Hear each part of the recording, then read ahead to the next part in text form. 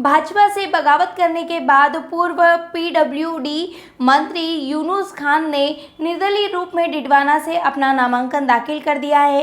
यह पहला मौका है जब यूनुस खान ने निर्दलीय प्रत्याशी के रूप में नामांकन भरा है। इससे पहले वे डिडवाना विधानसभा से 4 बार भाजपा प्रत्याशी के रूप में चुनाव लड़ चुके हैं, जिसमें से 2 बार उन्हें जीत भी मिली है और पूर्ववर्ती वसुंधरा राजे सरकार में उन्हें कैबिनेट मंत्री भी बनाया गया। आपको बता दें कि आज यूनुस खान के आवास पर आम सभा का आयोजन हुआ, जिसमें यूनुस खान ने कार्यकर्ताओं को संबोधित किया। इसके बाद में कार्यकर्ताओं के लवाजमे में के साथ यूनुस खान रिटर्निंग अधिकारी कार्यालय पहुंचे, जहां उन्होंने एसडीएम जीतू कुलहरी के समक्ष नामांकन पत्र दाखिल किया। इसके बाद में मीडिया से बातचीत करते हुए खान ने कहा कि यह चुनाव में नहीं लड़ रहा, बल्कि डिडवाना की जनता लड़ रही है। मैंने जनता के आदेश पर ही चुनाव लड़ना स्वीकार किया है।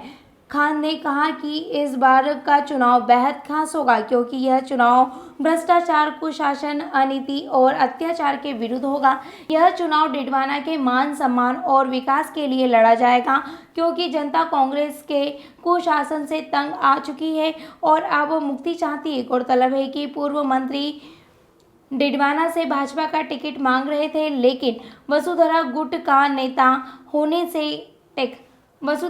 का नेता होने के कारण डिडवाना से उनकी टिकट काट दी गई।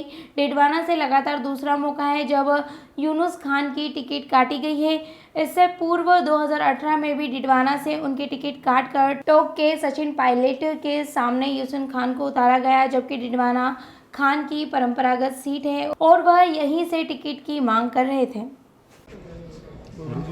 लोकतंत्र में सतत चलने वाली चुनाव की प्रक्रिया में विधानसभा चुनाव 2023 डिडवाना विधानसभा क्षेत्र में निर्दलीय प्रत्याशी के रूप में आज मैंने नामांकन किया है।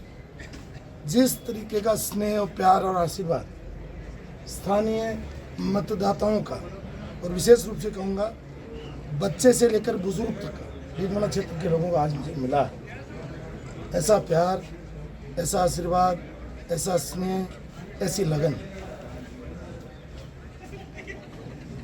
मुझे उत्साहित भी करती है। और मैं ये कह सकता हूँ कि मैं भूतो न भविष्य, भूत और भविष्य मैंने देखा नहीं। मैंने यहाँ से 4 चुनाव पहले भारतीय जनता पार्टी के प्रत्याशी के रूप में लड़े, उस समय भी लोगों में उत्साह था, लेकिन न जाने ये कौन से पुण्य का ये आज उत्तर है कि जनता, मैं कह रहा हूँ 8 किलोमीटर, जब मैं एक ऑटो में बैठ करके आया हूँ, उस ऑटो के बराबर हजारों लोग दौड़ करके आए हैं। तो यही मेरे लिए आज सब कुछ है। ये चुनाव, ये विधानसभा का चुनाव यूनुस खान नहीं लड़ रहा है, ये मैं घोषणा कर रहा हूँ। ये चुनाव डिडवाना की आम जन लड़ रही है, आम मतदाता लड़ रहा है और वही 3 तारीख को परिणाम लेने के लिए यहाँ आएगा। बस मुझे सबका प्यार और आशीर्वाद मिल गया, जीवन में इससे ज़्यादा मुझे कुछ नहीं। जब के कुछ मुद्दे होते हैं, इस विधानसभा के मुद्दों के साथ जनता के बीच में जा रहे हैं। देखिए, मुझे यहाँ लोग विकास उसके रूप में जानते हैं। मैंने बहुत विकास का काम किया है।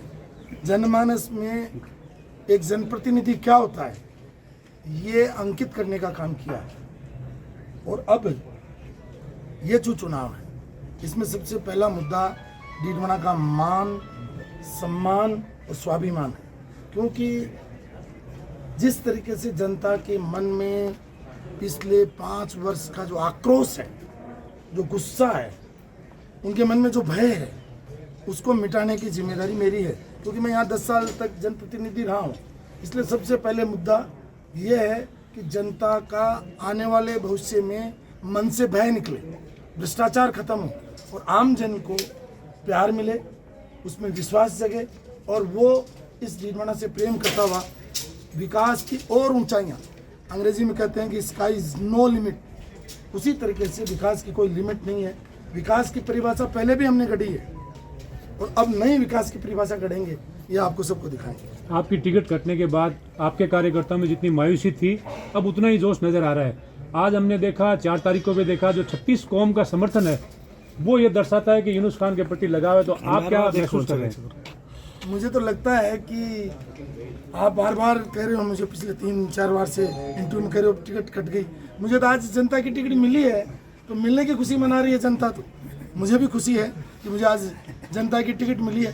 तो मैंने अब तक तो मतलब जो है मेरे नाम से टिकट आई थी, अब की बार जनता की टिकट है। दोनों में देखते हैं कि 3 तारीख को क्या फ़र्क आता है। त्रिकोण मुकाबले को लेकर क्या कहेंगे, कैसा रहेगा मुकाबला? देखिए, मैं तो मुकाबला कर ही नहीं रहा हूँ ना, आपको मैंने बार बार कहा, ये मुकाबला तो जनता वर्सेज भ्रष्टाचार, जनता वर्सेज भय, जनता वर्सेज अब तक का कुशासन, उसका मुकाबला है।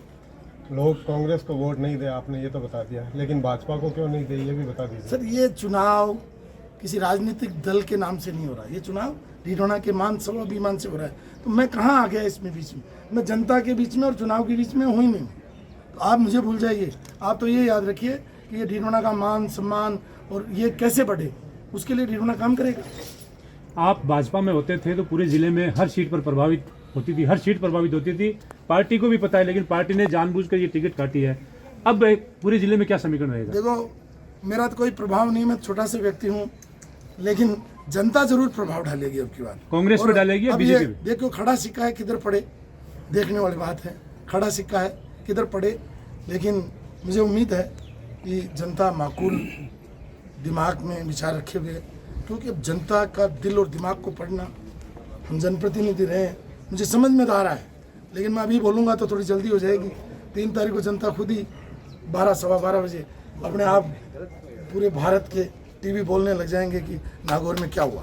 राष्ट्रीय लोकतांत्रिक पार्टी की नागौर की राजनीति में कहीं ना कहीं आपको मौन स्वीकृति मिल चुकी है, और राष्ट्रीय लोकतांत्रिक पार्टी का एक कह सकते हैं कि फॉर्म नहीं भरना आपको समर्थन है, क्या कहेंगे आप? देखिए, मैं तो किसी राजनीतिक दल के पक्ष विपक्ष में आज बोलूँगा नहीं।